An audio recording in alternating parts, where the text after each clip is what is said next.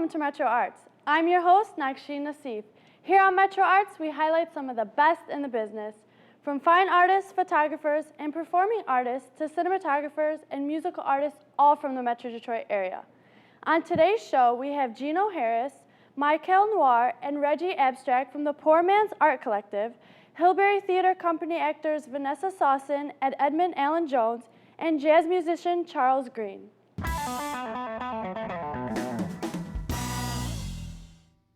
We'd like to welcome some of the artists from the Poor Man's Art Collective, Gino Harris, Michael Noir, and Reggie Abstract. Hi, guys. Hi, how are you? Good, thank you for joining us. Thank you. So, Gino, can you tell us what exactly the Poor Man Art Collective is all about? The Poor Man's Art Collective is a collective of new, emerging, and some established artists. My partner and I, Michael Noir, we created the collective because we had some frustrations in trying to get our art out there because we were new and emerging, and we found it rather difficult to submit some of our work to galleries. They didn't really pay us any attention, so what we tried to do was find like-minded individuals, and we collected and pooled our resources, and we started producing our own shows. Right, and Michael, how many shows have you had and are you planning on having?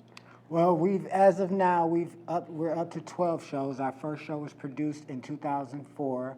It was called L'Arte di Povero, which is the Italian translation of Poor Man's Art. And we're up to 12, and we plan on doing at least 2 to 3 shows every year. And Reggie, what's your involvement with the Poor Man Art Collective? About 5 years ago, me and Gino did a show together at the Bagley Housing Gallery, and we kind of lost touch. And then 4 years ago, a year after the show, we hooked up again and we started doing shows. I started doing shows with the Poor Man's Art Collective, and which leads us to today, our current show, Welcome to the Colored Section. Now we're going to take a look at the show, Welcome to the Colored Section.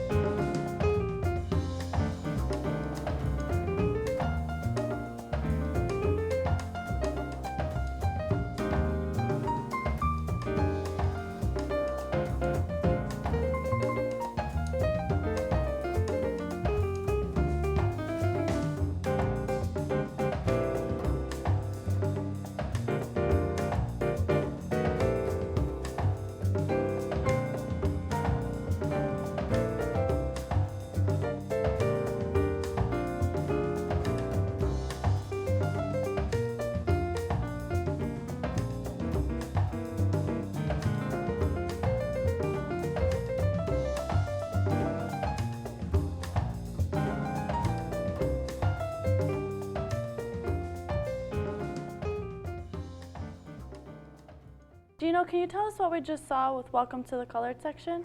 Welcome to the Colored Section was a challenge that Michael and I put forth to the artists to express what it means to be an African-American artist here in the city of Detroit.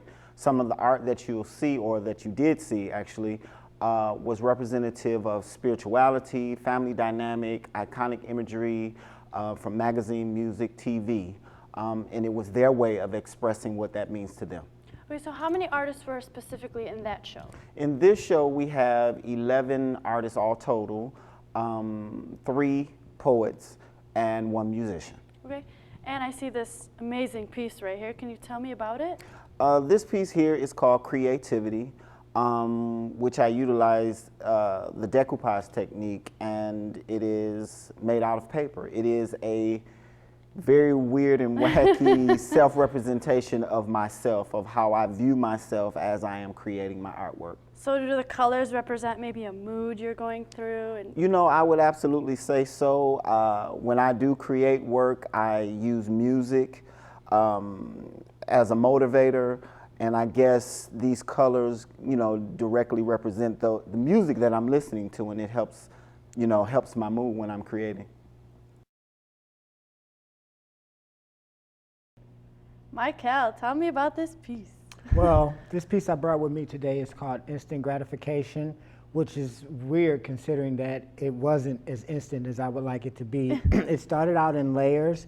So what you see here are several different layers. It usually starts with one layer of just flat acrylic paint, and then the second layer is latex, and then when you see the design here, it's all chalk pencil. So it's 3 different layers, and the chalk pencil I added so it would bring some kind of texture to the piece. I like my pieces to be 3-dimensional and kind of in motion at the same time, and I think this piece kind of nailed that. What about the colors? The colors are decided when the music comes on. Same. Yeah, it's weird. Gino and I are both like that, but yeah, the music kind of determines, it sets the mood.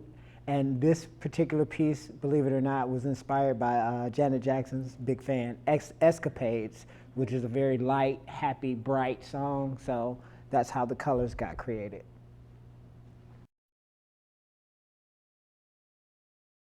So Reggie, how did you create this masterpiece?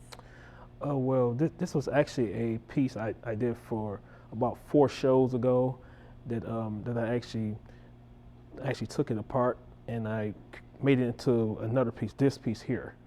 So I wasn't happy with it, so I took it apart and I put the different forms on it, and I re-put it in, I think it was 2 shows ago. So is there anything that inspires you to do such a piece? I try to be as free as possible in my artwork. I try to kind of get it across to the viewer and to other artists to be free, you know, with the colors and with the red and the blues to be as bright and as free as possible. Okay, so this is made out of wood, right? It's wood. Is it Wood and wood stain. Okay. So you know the stuff you use in your house when you're painting your furniture is natural paint, natural elements. So Gino, the pieces we just saw were gorgeous. Thank you very much. You're very welcome.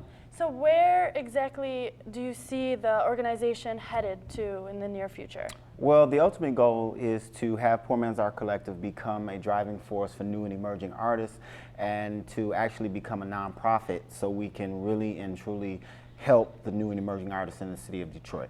Okay. And you can definitely find us on Facebook at Poor Man's Art Collective on Facebook. Okay, thank you for joining us, Thank all you. of you. And you are watching Metro Arts on Detroit Public Television. I'm your host on Metro Arts, Naksheen Nassif, reminding you that art is an international language we can all support.